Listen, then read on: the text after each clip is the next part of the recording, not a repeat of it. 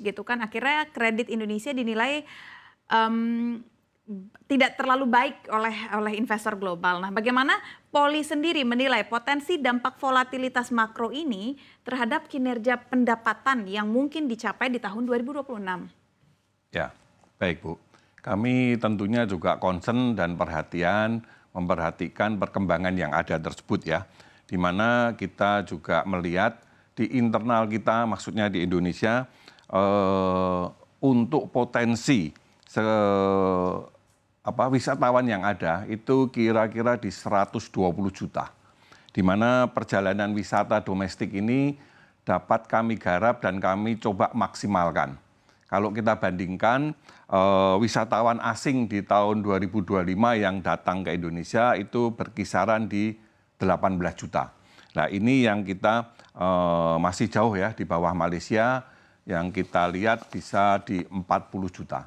Tetapi internal ini yang 120 juta wisatawan lokal atau Indonesia, ini yang kami bidik juga untuk mengantisipasi dan mendapatkan penopang lah untuk stabilitas kita di ke depan ini.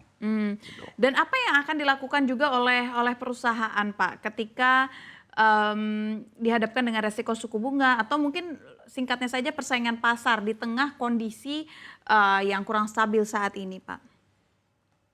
Kami sejak awal Bu tidak pernah mau untuk berperang Harga.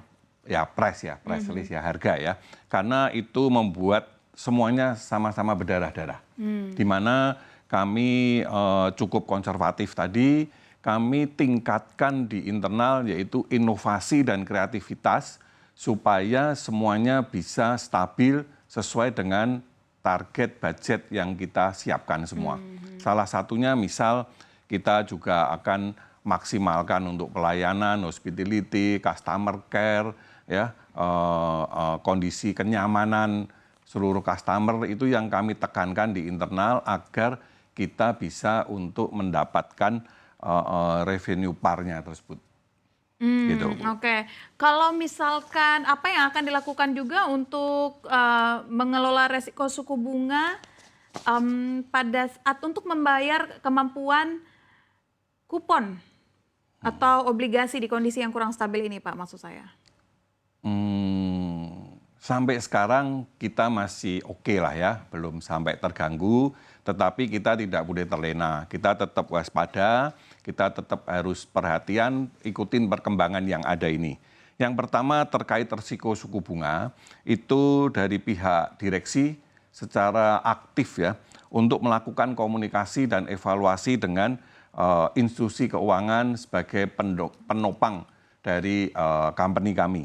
Untuk memastikan supaya struktur pembiayaan yang ada bisa berjalan sesuai dengan planning dan target dan adaptif di mana industri keuangan sangat open dengan kami hingga kami juga banyak mendapatkan input-input perkembangan dunia keuangan yang ada di mana ini akan jauh lebih untuk bisa kita tanamkan di tim manajemen kami untuk menghadapin semuanya ini dengan harapan jangan sampai revenue yang ada itu kita akan menurun yang berdampak kepada income. Satu yang menarik juga Pak untuk dibahas, ESG ini kan menjadi bagian integral strategi dari Poli Pak, mulai dari panel surya, efisiensi energi, manajemen air. Nah pasca penerbitan SLB itu, nah dengan ini Pak, sejauh mana kesiapan dari ESG ini bisa terintegrasi dalam target operasional perusahaan? Ya, baik. Untuk yang pertama, kami memiliki ya sustainability framework yang diawasi oleh manajer ESG kami dan diaudit secara berkala untuk perkembangan dan perjalanan yang ada, di mana semuanya untuk memastikan pencapaian target yang kita sudah planningkan supaya terrealisasi dan terjaga. Lalu yang kedua, KPI dari ESG juga telah terintegrasi dalam target operasional dan evaluasi manajemen kami, di mana pencapaian target ESG ini bersifat mandatori ya.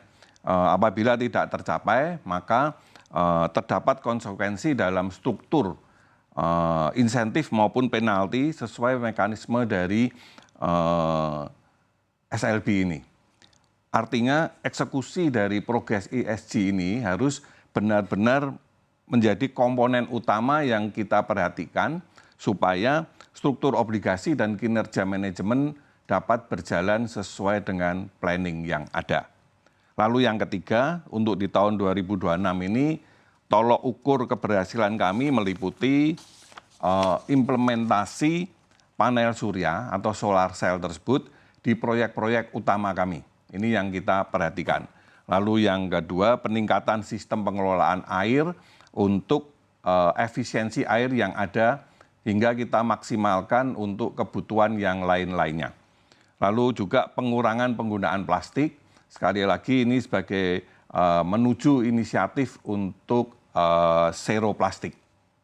Kurang lebih itu, Bu. Oke, nah indikator keberhasilannya apa, Pak? Tolak ukur keberhasilannya dari ada penerapan ESG di perusahaan ini apa?